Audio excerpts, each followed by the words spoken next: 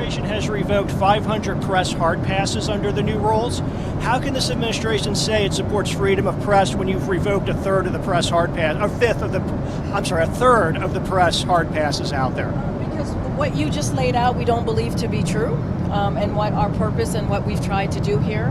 What we have tried to do is return to hard press criteria in place during prior administrations, and just so that folks who may not know what hard passes are, they are intended to provide reporters with a regular need to access campus, the means to do so efficiently to do their jobs, and we appreciate that, and that's what we want to see.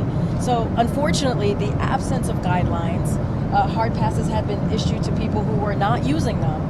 And so creating an unwieldy system, an unnecessary risk. So in fact, here's what we have been able to see is at the time we initiated this process, roughly 40% of hard passes holders had not accessed the White House complex in 90 days. Over the last 3 months, what we've been able to do is we have processed more than 975. That's nearly 1,000 hard passes renewals. And applications, which is more than 2/3 the number of hard passes that previously existed.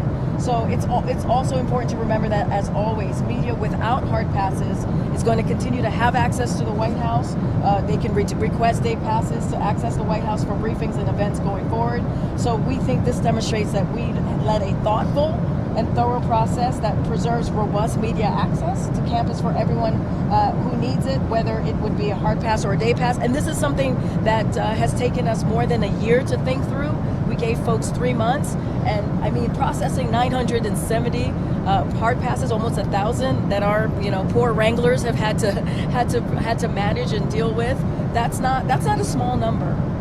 Some of the people who had their press passes revoked are considering filing a lawsuit against the administration, arguing that by requiring a Senate pass, the executive branch is ceding its authority to the legislative branch in violation of the Constitution. Do you have a response to that? I'm not going to speak to any potential or hypothetical lawsuits. I'm just not going to speak from that. One last